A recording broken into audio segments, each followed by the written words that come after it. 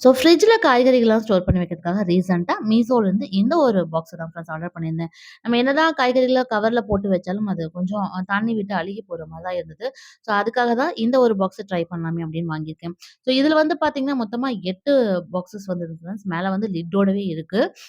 இன்னொன்னு வந்து பார்த்தீங்கன்னா, டிரான்ஸ்பரன்ட்டா இருக்கறனால உள்ளுக்குள்ள நம்ம என்ன காய்கறிகள் வச்சாலும் அது அப்படியே தெரியும். நம்ம எடுத்துக்கிறதுக்கு சௌரியமா இருக்கும். இன்னொரு ப்ளஸ் மெயினா இதுல என்னன்னு பார்த்தீங்கன்னா, இதுல கீழ வந்து பார்த்தீங்கன்னா, இது போல ஒரு அ உள்ள ஒரு பிளாஸ்டிக் ஷீட் வந்து குடுத்துருக்காங்க.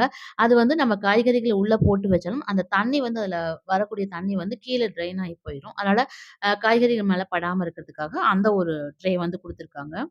அது கீழ கொஞ்சம் ஸ்டாண்டோட கொஞ்சம் ஹைட்டா தான் வருது.